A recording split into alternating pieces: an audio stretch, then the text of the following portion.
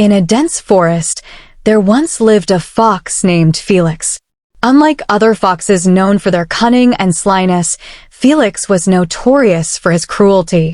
He took pleasure in causing suffering to other creatures of the forest, relishing in their fear and pain. Felix's reputation spread far and wide, striking fear into the hearts of all who crossed his path. Many animals avoided venturing into the depths of the forest, fearing they might encounter the cruel fox. One day, as Felix roamed the forest in search of his next victim, he spotted a family of rabbits frolicking in a meadow.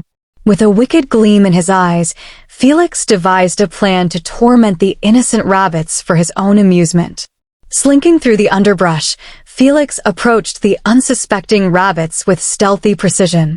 Just as the rabbits noticed his presence and attempted to flee, Felix leaped forward, snatching the youngest rabbit in his jaws.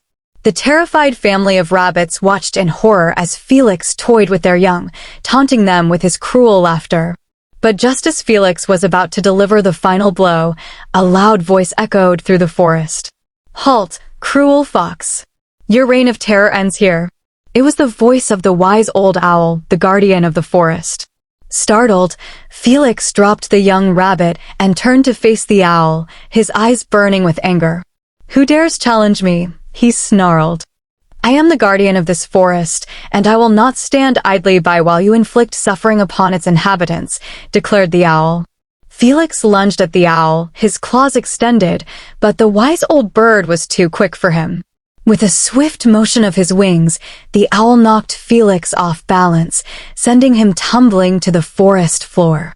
Defeated and humiliated, Felix slunk away into the depths of the forest, nursing his wounded pride. From that day forth, he dared not show his face in the presence of the other creatures of the forest, for he knew they would never forget the cruelty of the fox named Felix.